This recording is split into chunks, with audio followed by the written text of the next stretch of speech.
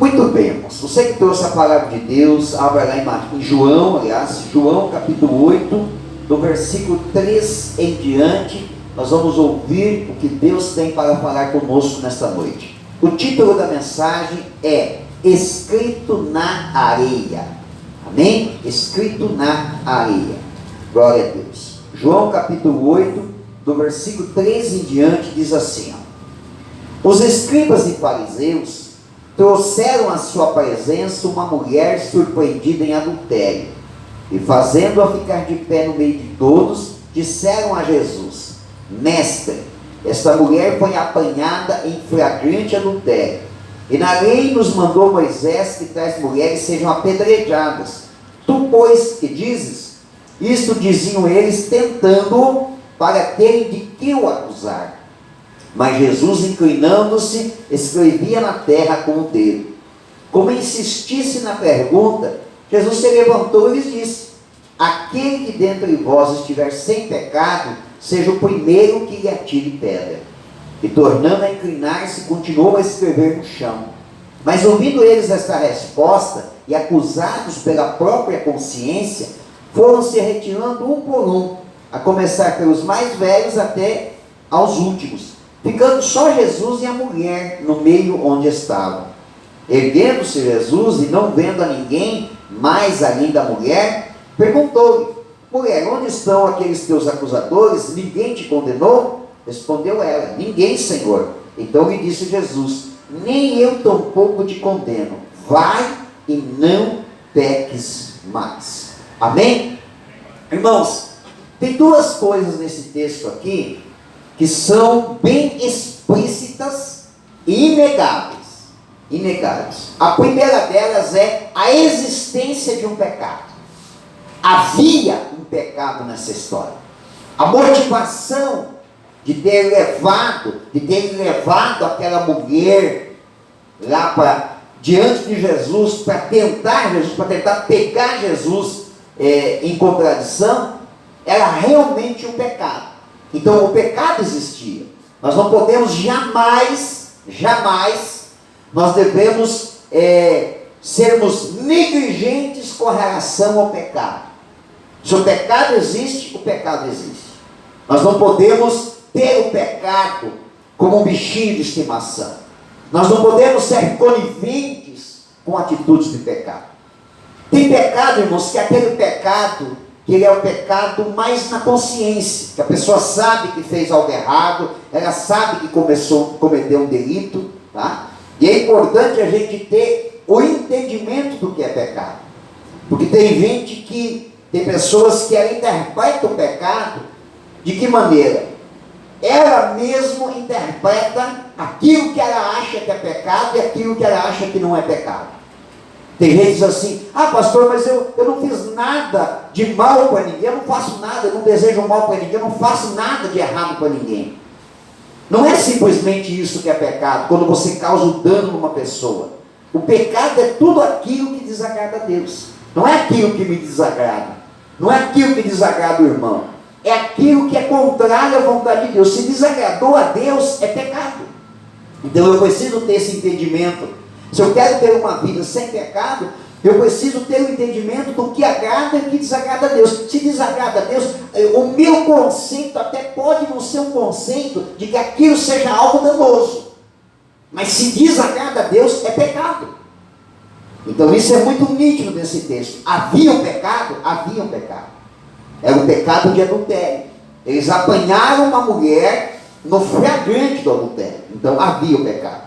A segunda coisa que nós encontramos nesse texto, e é nítido e é explícito, são os acusadores. Haviam acusadores, haviam pessoas que estavam acusando aquela mulher. E por que eles estavam acusando? Porque o pecado daquela mulher foi um pecado que se tornou público. Se não tivesse se tornado público, talvez não existiriam os acusadores. Talvez apenas a única acusação seria a consciência daquela mulher. Mas como o pecado ele se tornou público, surgiram os acusadores. Que neste caso, e na maioria das vezes, não é apenas a acusação, é o julgamento. é o julgamento. Então, o que nós precisamos aprender, irmãos? Com esse texto, nós precisamos aprender que o lugar da igreja não é o lugar da acusação. Isso não cabe à igreja, não cabe à igreja acusar e julgar as pessoas pelos seus pecados. Porque nós temos um senso de justiça humano. E o senso de justiça humana não é o mesmo senso de justiça de Deus. O nosso senso de justiça, ele parte de nós para os outros. Ele não parte de nós a nós mesmos. Nós olhamos sempre o pecado dos outros e temos a facilidade de julgar que o pecado do irmão é maior que o meu pecado. Nós temos essa capacidade de achar que o erro do irmão é maior que o nosso erro. Eu aprendi uma historinha quando eu era criança, eu tinha 6 anos de idade. Eu nunca mais esqueci, que me marcou. A historinha era assim, contava a historinha dos macaquinhos que estavam na beira da estrada. E ali naquela estrada passava uma carroça.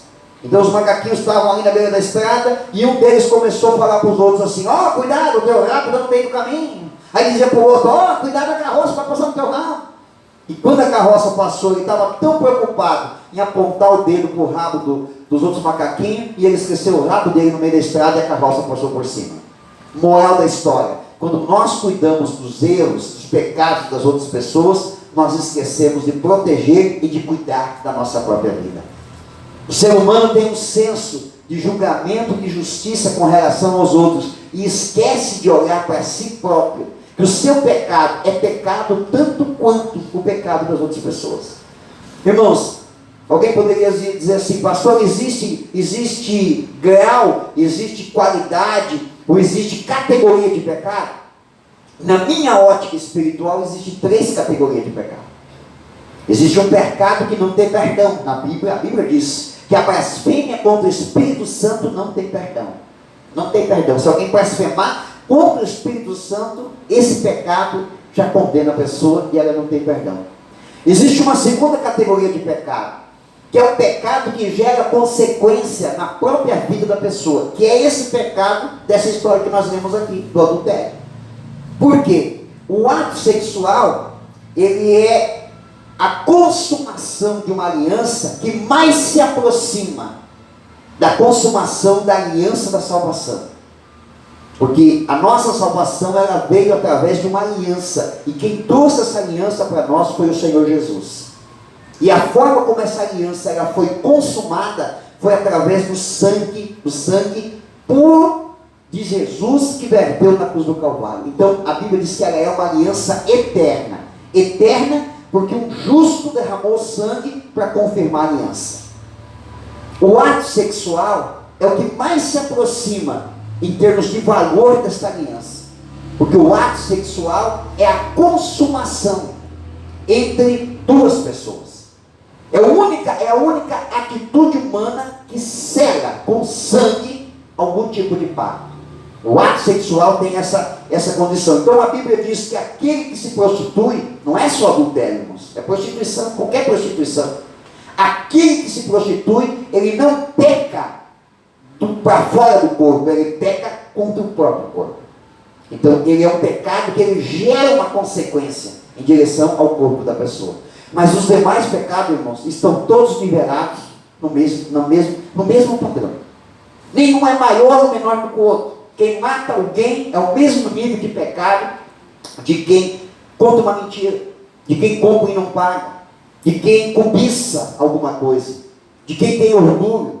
Enfim, qualquer tipo de pecado que você possa imaginar, todos estão no mesmo nível, todos carecem da misericórdia e do perdão de Deus. Aí você vai dizer assim: mas alguém que mata uma pessoa, existe uma atrocidade. Não, irmãos, isso no ser humano é por conta de quanto o ser humano está mergulhado no pecado. Quanto mais o ser humano mergulha no pecado, mais atrocidade vai existir. As pessoas às vezes olham e dizem assim: ah, mas aquela pessoa ali tinha que ser morta, tem que existir pena de morte, porque olha só, ele estuprou uma criança e matou. Eu concordo, é uma atrocidade. Uma pessoa dessa, ela merece uma penalidade pelo que ela cometeu. Mas se a humanidade eliminar aquela pessoa, você acha que vai deixar de existir esse pecado na terra? Não vai. Pode pegar todos os pedófilos que existem no mundo e matar todos. não vai eliminar a pedofilia do meio do mundo. Por quê? O problema não está no indivíduo, o problema está no geral. Quanto mais o ser humano mergulha no pecado, mais pecados de atrocidade vão ganhando ênfase. Então o que o ser humano tem que fazer? O ser humano tem que se livrar do pecado. Seja do pecado de uma mentirinha, seja do pecado do orgulho, não importa qual. Então, irmãos, veja bem, é inegável nesse texto que havia pecado e havia acusadores. Mas você vê que Jesus, ele não estava do lado dos acusadores. Ele estava do outro lado. O que me mostra muito nítido, que não é o lugar que a igreja tem que ficar. Nós somos representantes de Jesus aqui na terra. Quem deu continuidade no ministério de Jesus aqui na terra foi a igreja. Nós estamos nessa posição hoje. Eu e você, como igreja, estamos nessa posição. Nós representamos o cristianismo. E qual é o lugar que a igreja tem que ficar, irmão? Lá junto com os acusadores ou ficar do lado de cá junto com Jesus? Pois saiba que muitas das vezes a igreja se coloca no lugar do acusador. Por causa da religiosidade e por causa de uma santidade própria, falsa, nós nos achamos melhores do que as pessoas que por um momento cometeram um pecado que se tornou público, e por conta da acusação de um monte de pessoas, nós nos ajuntamos a elas, e para defender essa nossa santidade, nós nos tornamos acusadores. Pois saiba que esse não é o lugar da igreja. O lugar da igreja não é junto com os acusadores, o lugar da igreja é junto com Jesus, é fazer o que Jesus fez. Então, na mensagem de hoje, eu quero trazer para os irmãos 5 atitudes importantes que ajudam uma pessoa a se levantar quando ela cometer um pecado. Porque, na maioria das vezes, o que nós fazemos como igreja, quando alguém do nosso meio comete um pecado, nós passamos por lado dos acusadores e não ficamos do lado de Jesus para ajudar a pessoa a se levantar. E aí nós podemos inventar qualquer tipo de desculpa. Uma delas, nós usamos até o próprio relato que eu acabei de fazer. Pastor, o pecado tem que ser tirado do meio da igreja. Não, irmãos. Em momento nenhum Jesus disse que o pecado tem que ser tirado do meio da igreja. Jesus disse que o pecado tem que ser tirado do nosso coração. É uma tarefa individual de cada um. Tirar o pecado da sua vida. Abandonar o pecado. Amém? Então vamos ver 5 atitudes importantes que Jesus as praticou para poder ajudar aquela mulher que sim, pecou, foi pega em adultério. Mas Jesus teve 5 atitudes importantes para ajudar aquela mulher a se levantar. Primeira atitude é a atitude do silêncio. Enquanto estava todo mundo acusando ela, o que Jesus fez? Se abaixou e estava escrevendo na lei. Não falou nada, deixou por um tempo. Porque, irmãos, acusador, irmãos, já tem de monte. A igreja não precisa ficar acusando. A igreja não precisa trazer a lembrança, o pecado da pessoa. A melhor coisa a fazer, irmãos, é ficar em silêncio. Eu algumas vezes já comentei aqui. Você quer que um assunto acabe? Pare de falar nele. Isso vale tanto no termo humano, de generalização de um assunto, como no sentido espiritual. Se você quer que algo pare de ter influência espiritual na tua vida, pare de falar nele. Silêncio, não fale mais do assunto. Irmãos, se você quer que uma pessoa se levante, que ela tenha a oportunidade de se levantar, a pior coisa que o ser humano pode fazer é ficar lembrando ela todo dia daquilo. Irmãos, vou dar alguns exemplos aqui. Uma mulher que foi traída, o esposo traiu ela, cometeu adultério. Se ela resolve dar uma nova oportunidade para o marido e continuar a vida dela para frente, é uma decisão importante, mas tem que fazer isso consciente, para que lá na frente não fique lembrando o pecado do marido. Ah, mas um dia você me traiu. Ah, mas um dia você me enganou. É que nem homem que às vezes casa com mulher que já tem filho, né? Quando vai casar, sabe que a mulher tem filho. Aí tudo bem. Aí passa o tempo, qualquer problema que surge, qualquer discussão, qualquer atrito, o marido diz assim, ah, mas é esse teu filho aí. Então não case. Uma vez eu corrigi uma pessoa, corrigi, não sei se a pessoa aceitou a correção ou não, mas eu dei para essa pessoa parecer. Porque eu vi a forma como essa pessoa, ela até acho que não era assim de maldade, eu acho que era de cultura mesmo familiar. Que a pessoa casou com alguém que já tinha filho, uma filha. E cada vez que essa pessoa se referia à filha, tanto falando para mim, como falando para outros, ou falando para a própria filha, ele sempre usava o mesmo termo. Ele dizia assim: tu sabe que você para mim é que não é uma filha de verdade. E para mim muitas vezes ele disse isso. Ah, fulana para mim é que nem se fosse filho de verdade. Eu falei: não, para aí. Chegou um certo momento que eu fui obrigado a advertir ele. Eu falei: não, para aí, o teu comportamento está errado. Porque quando você fala isso, você faz ela lembrar. Cada vez que você fala isso, você faz ela lembrar que ela não era o teu sangue. Então não fale mais isso. Cada vez que você se referir, você tem ela como tua filha? Não, eu tenho como minha filha. Então quando você se referir a ela, você diga assim: a minha filha. Você é a minha filha. Porque você vai fazer que caia no esquecimento, ela não vai se lembrar toda hora que ela não tem o teu sangue. E vai chegar um momento que para ela isso vai ser muito natural. E ela vai te ter de verdade como pai. Porque senão no futuro ela não vai te ter como pai. Uma das primeiras coisas que nós precisamos fazer, irmãos, é ficar em silêncio quando alguém tropeçou, caiu e cometeu um pecado. Nós não temos que ficar lançando isso na cara da pessoa toda hora. Isso não vai ajudar em nada. Deixe os acusadores fazer isso. Isso não é papel da igreja, ficar apontando o dedo. Nós temos uma habilidade muito grande de fazer isso, de fazer a nossa justiça. Mas Deus não deixou isso para a igreja. Ele tirou isso da igreja, Ele não deixou isso para a igreja. Ele mesmo disse: nem eu condeno. Só cabe a Deus fazer isso, somente ao Pai. Então quem dirá a igreja? A igreja não pode fazer isso. Segunda atitude que é muito importante, se nós queremos ajudar as pessoas a se levantarem, é o registro na areia.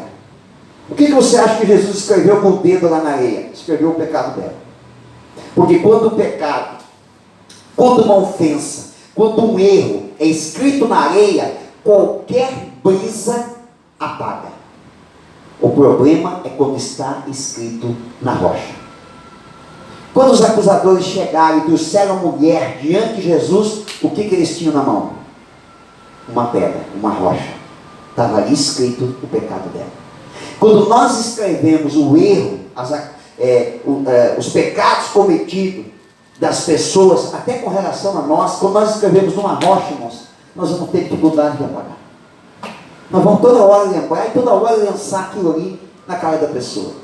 Então a gente tem que escrever na areia. O que isso significa, irmãos? Nós temos que ter um coração que seja possível a brisa do Espírito Santo apagar do nosso relacionamento. Não é amnésia, irmãos, não é amnésia. Às vezes nós fazemos a seguinte interpretação. Eu me lembro que uma vez, irmãos, há muitos anos atrás, em outra igreja, eu estava tentando recuperar uma pessoa e trazer ela de volta para a igreja. E o irmão, ele ficou tão sentido com aquilo, o irmão, o filho mais velho do filho pródigo, tá? Ele ficou tão sentido com aquilo, que ele até ameaçou sair da igreja. Se aquele irmão voltasse. Por quê? Porque aquele irmão tinha causado alguns danos na igreja, né? Assim, danos morais na igreja. E ele não queria aceitar o irmão de volta. Por quê? Ele disse para mim assim: pastor, porque não adianta, eu já sei que ele vai voltar, e ele vai aprontar de novo. E de fato ele aprontou de novo. Mas não cabe a mim julgarmos. Não cabe a mim fazer o papel da mãe de Ná, e olhar para alguém que está precisando de uma mão estendida, e procurar aos meus olhos para quem eu vou estender a mão. Não, para esse aqui eu não vou estender a mão, porque eu acho que esse aqui vai pisar na bola lá na frente. Não cabe. Não cabe, esse não é o papel da igreja. O nosso papel não é julgar quem realmente está sendo sincero. Porque eu já ouvi alguém dizer assim: ah, mas essa pessoa, eu acho que ela não se arrependeu de verdade. É ela e Deus. O papel da igreja é ajudar. É claro que com relação a algumas atitudes, né, a gente tem que ser prudente. Por exemplo, alguém entrou na tua casa e te roubou dinheiro da tua casa. Você tem que perdoar a pessoa? Tem que perdoar. Você vai deixar a pessoa dentro da tua casa sozinha de novo? Não vai. É uma questão de prudência. É uma questão de prudência. Certo? É uma questão de prudência. Mas não significa que agora a gente vai se fechar para essa pessoa e não vai permitir que ela seja perdoada pela igreja. Ah, mas não é um arrependimento verdadeiro. Pode ser que ela volte, mas não fique. Pode ser que ela volte de novo. Mas é o papel da igreja julgar isso? Não. Jesus, ele nunca se colocou como juiz. Ele se colocou como advogado. E advogado de todas as pessoas. Então o nosso registro não pode ser um registro na rocha. Tem que ser um registro na areia. Para que o vento do Espírito Santo assople e aparte. Você não vê dizer que Jesus pegou aquela mulher e foi com ela para o templo. Você viu isso acontecer? Não. Ele não fez isso. Mas ele deu uma oportunidade para que ela pudesse mudar de vida. Terceira atitude importante: confronto com a realidade. Quando os escribas foram confrontados com a realidade, deixaram cair as pedras da acusação. Irmãos, a gente só deixa de ser acusador quando a gente é confrontado. Confrontado por Jesus com relação ao nosso pecado. Como é que Jesus confrontou eles? Disse assim: quem não tem nenhum pecado, então que joga na pedra. E a Bíblia diz que a consciência deles os acusou. E eles foram largando as pedras e foram se afastando. A igreja precisa ser confrontada, irmãos. A igreja precisa ser confrontada. Para deixar de fazer o papel de juiz e ser o papel da mão amiga, daquele que ajuda a levantar, a restaurar as pessoas, a levantar as pessoas. A igreja tem que parar de ser o acusador.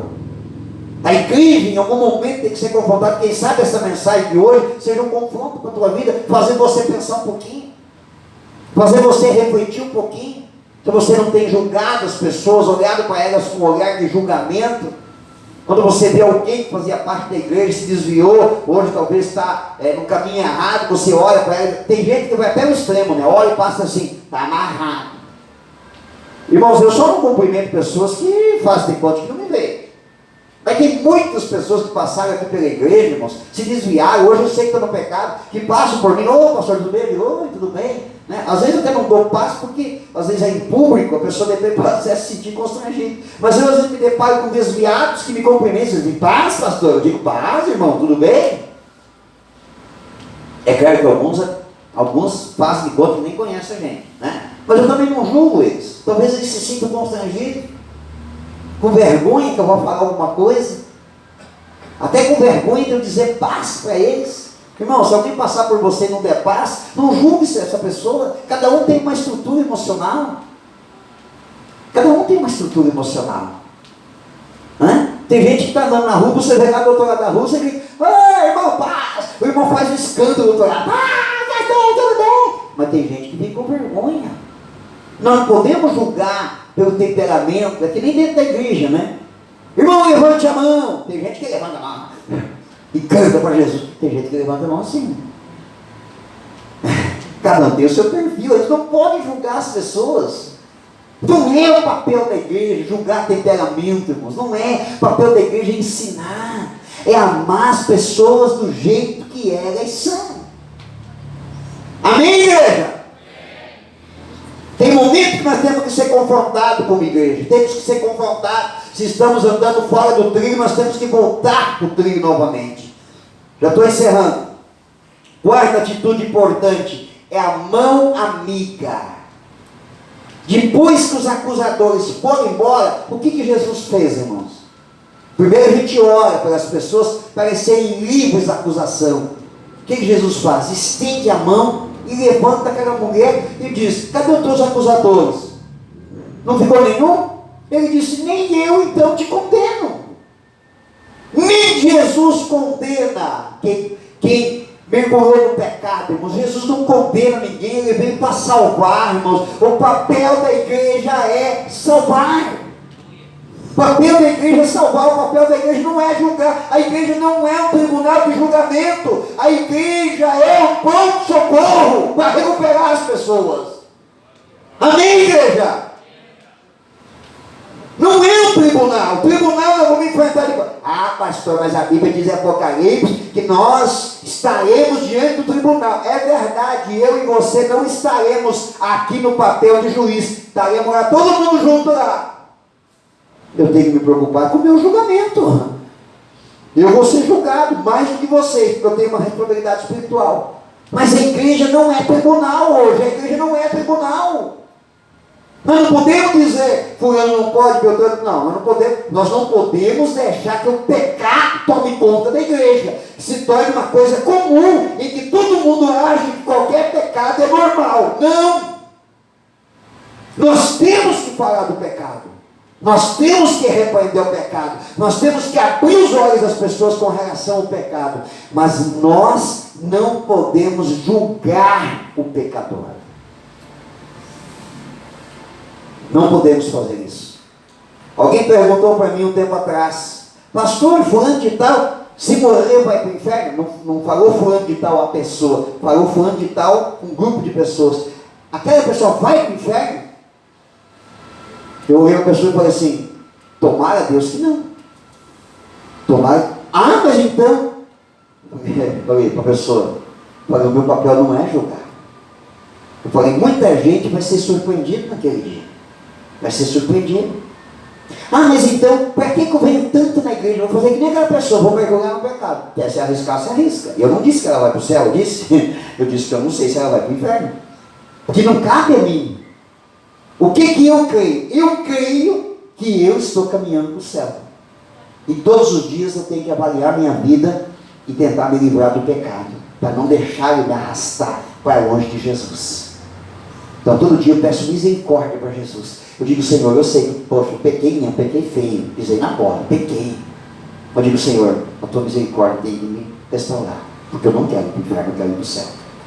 Eu tenho que cuidar da minha vida espiritual. Se o meu pensamento de vida espiritual é ter comunhão com a igreja, eu vou continuar, eu não vou me afastar da igreja. Mas isso não me dá o direito de julgar a outra pessoa. Amém, igreja? Quem está entendendo, diga amém. Quarta atitude é a mão amiga. Jesus estendeu a mão, a igreja tem que estar com a mão amiga, estendida, para ajudar. Pastor, mas eu estendi a mão, a pessoa não quis pegar a mão. Ah, Deus tem misericórdia. Fazer o que, irmão? Você der a mão para o outro. Amém, amém. Ninguém é obrigado a receber a nossa mão amiga. Eu tenho que estar pronto para estender a mão amiga, mas eu não posso, a pessoa não quis. Amém. Fazer o que? Não quer. Não cabe a mim julgar. Eu tenho que estar pronto a ajudar. Se a pessoa fizer um gesto de que quer uma mão amiga para se levantar, eu tenho que estar disposto a estender essa mão e ajudar. Quinta e última atitude é a orientação. Você vê que só depois de tudo isso é que Jesus orientou. Depois que os acusadores se foram, depois que ele levantou a mulher, depois que ela se sentiu um pouco melhor, sem acusação, o que Jesus diz para ela? Jesus diz para ela assim: vá, continue fazendo o mesmo, está tudo bem. Não. Ele disse assim para ela, em outras palavras, né? Porque às vezes nas entrelinhas, a gente fala mais nas entrelinhas do que escrevendo um texto grande. Então Jesus, nas entrelinhas, ele disse mais ou menos assim para ela: você viu as consequências desse teu pecado? Você viu o problemão que você arrumou para você e para a tua família? Então, minha querida, que isso sirva de lição para você. Vai, continua a tua caminhada, continua a tua caminhada. Não volte atrás, não desista, continue a tua marcha. Mas, não peques mais. Não peque mais. Foi o que Jesus disse para ela. Você vê Jesus fazendo algum outro tipo de cerimonial com ela? Não. Por quê, irmãos? A decisão é dela. A decisão é tua, a decisão é das pessoas. Elas decidem se elas querem ter uma vida íntegra com Deus ou não. É uma decisão. Nós não podemos forçá-los. Nós não podemos obrigá-los a fazer isso. Nós temos que ajudá-las, estender a mão e orientar. Está em pé agora? Está firme agora? Está livre dos seus acusadores? Está passando por essa fase difícil da tua vida? Então agora, meu filho e minha filha, vá. E não peques mais. Não cometa mais esse erro. Porque Deus já te deu uma prova de que quando erramos e pecamos, as consequências às vezes elas vêm mais rápido do que nós esperamos. Amém? Fique em pé. Nós vamos orar nesta noite em nome de Jesus. Vamos orar, porque eu creio que existem muitas pessoas que precisam de uma mão amiga. E a igreja tem que ser essa mão amiga. Em nome de Jesus.